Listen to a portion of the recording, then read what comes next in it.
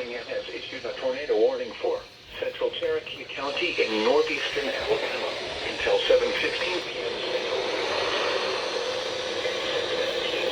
Central Daylight Time. A severe thunderstorm capable of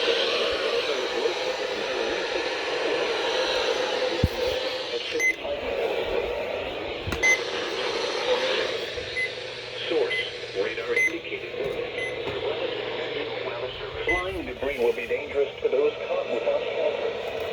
Mobile homes will be transported at 10 miles to roofs, windows, and vehicles will occur.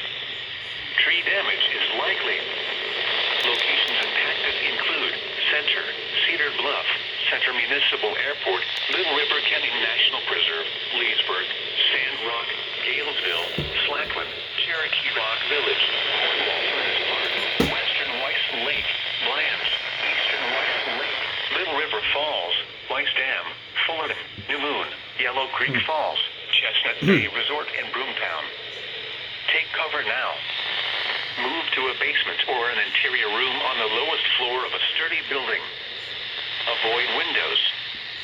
If you are outdoors, in a mobile home, or in a vehicle, move to the closest substantial shelter and protect yourself from flying debris.